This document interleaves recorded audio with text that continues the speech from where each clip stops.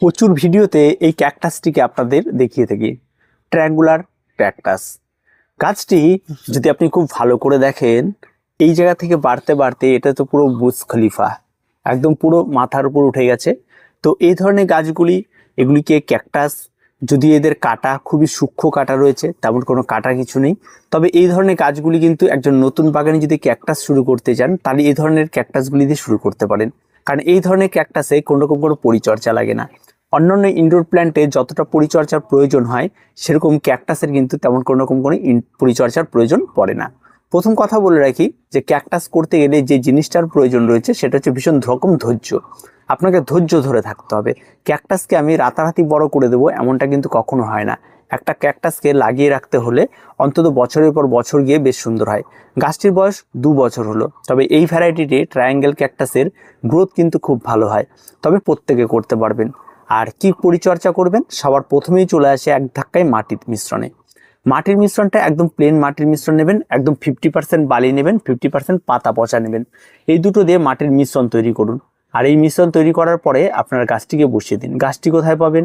যে কোনো নার্সারিতে চলে যান, গাছ পেয়ে যাবেন, বা এই সমস্ত গাছের যে কোনো ডালকে কেটে বসিয়ে দিলেই গাছ তৈরি হয়ে যায়। যেহেতু গাছটি খুব ইজি, কাটিং থেকেই তৈরি হয় এবং খুব সহজভাবেই তৈরি হয়, তাই গাছের তেমন কোনো রকম কোনো দাম হওয়ার কথা না। কিন্তু যেহেতু গাছটি খুব কম লোক লাগায়, তার জন্য নার্সারিতে ক্যাকটাস বলতে এখন আমাদের এখানে মোটামুটিভাবে একটা ভয় কাজ করে যে চলবে কি না। তার জন্য ক্যাকটাসগুলি আনা হয় না। মূলত কিনতে গেলে 100 থেকে 150 টাকা আপনার দাম পড়ে যাবে যদি কেউ করতে চান। যাই হোক, 100 থেকে 150 টাকাতে আপনি যখন গাছটিকে ক্রয় করবেন, সেই মাটির মিশ্রণে বসাবেন। সেখানে কিন্তু আর যদি আপনি আরও ভালো মাটির মিশ্রণ করতে চান, তাহলে আপনি ওই মাটির সঙ্গে একটু ইট বা ইটের টুকরো দিয়ে দিন, একটু ঘেস দিয়ে দিন, আরও ওয়েলডেনেস করুন। মাটিকে একেবারে ওয়েলডেনেস করে দিন। তার মধ্যে কোনো রকম কোনো কিছু রাখবেন না। তার মধ্যে একটু হালকা স্লো রিলিজ খাবার দিয়ে দিন, যেমন ভার্মি কম্পোস্ট থাকে, দানা, হাড় গুঁড়ো থাকে, শিংকুচি থাকে, এগুলি দিয়ে দিন। দিয়ে আরও ভালো করে মাটিটিকে কষিয়ে দিন, তাহলে দেখবেন আরও ভালো হবে। এবার গাছটি লাগিয়ে দেওয়ার পর গাছের পরিচর্যা তেমন কিছু নেই, কিন্তু গাছটি কোথায় রাখবেন এটা খুব ইম্পর্টেন্ট।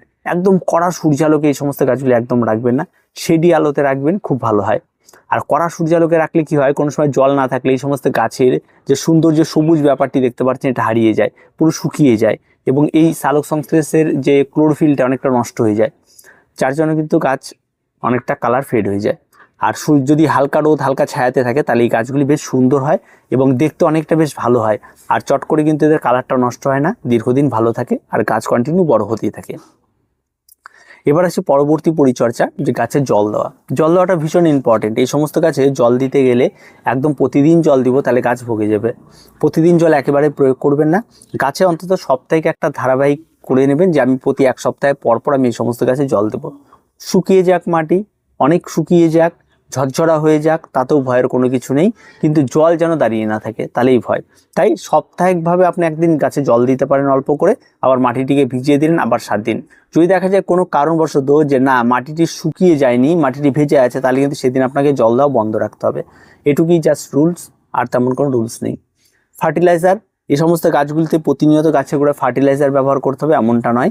যদি আপনার বাড়িতে থাকে রাসায়নিক খাবার NPK 12, 61, 0 আর 20, 20, 20, এটা আমি যখন সমস্ত গাছে স্প্রে করি, এই সমস্ত গাছগুলিতে স্প্রে করে দিই, এটুকুই খাবার।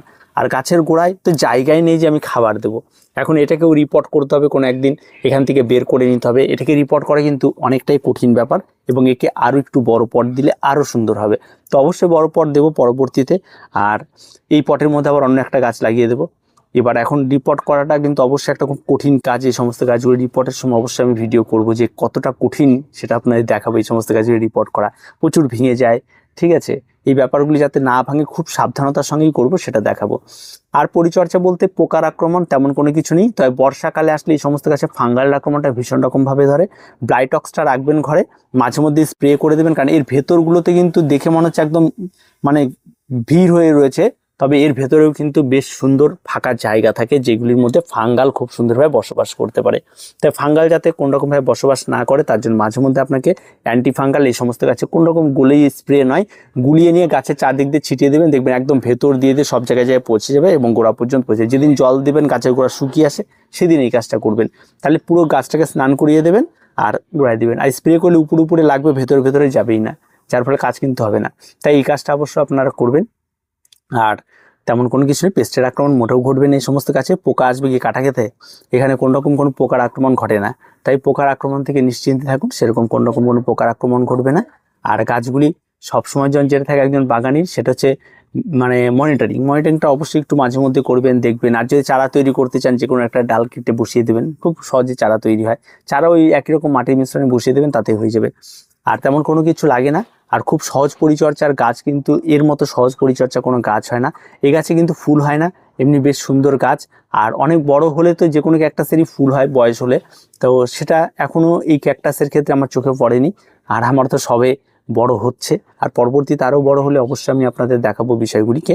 তবে খুব সহজ, এই ক্যাকটাসকে কঠিনভাবে নেবেন না, খুব সহজ। আবার অনেকে মনে করে ক্যাকটাস অশুভ, তেমন কোনো কিছু নয়, কিন্তু আমি দীর্ঘদিন ধরে করছি, তো তেমন কোনোরকম কোনো কিছু পাইনি। সবুজ মানেই শুভ, এক কথায় সবুজ কোনোদিন অশুভ হতে পারে না, কারণ এরাই আমাদের অক্সিজেন দেয়, এরাই আমাদেরকে বাঁচিয়ে রাখে।